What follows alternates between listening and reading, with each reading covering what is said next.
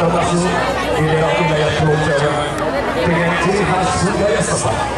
Maka ada tujuan kirap pada daerahnya adalah 1, 2, 3 mewujudkan rasa syukur. Kirap ini adalah ungkapan terima kasih kepada Tuhan Yang Maha Kuasa, kepada Allah dan leluhur atas berkah panen yang didapat.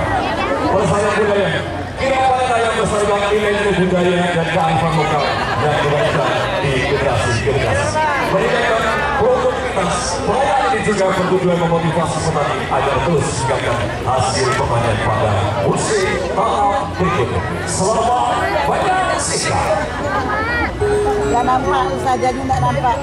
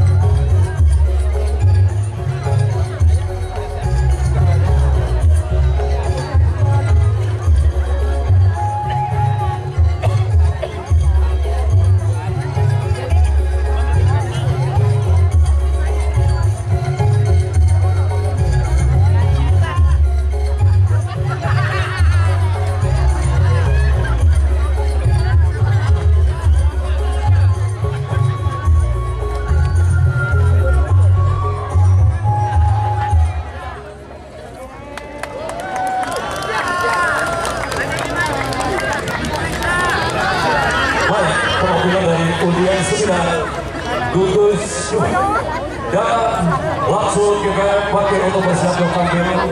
Kami panggil undian 10 dan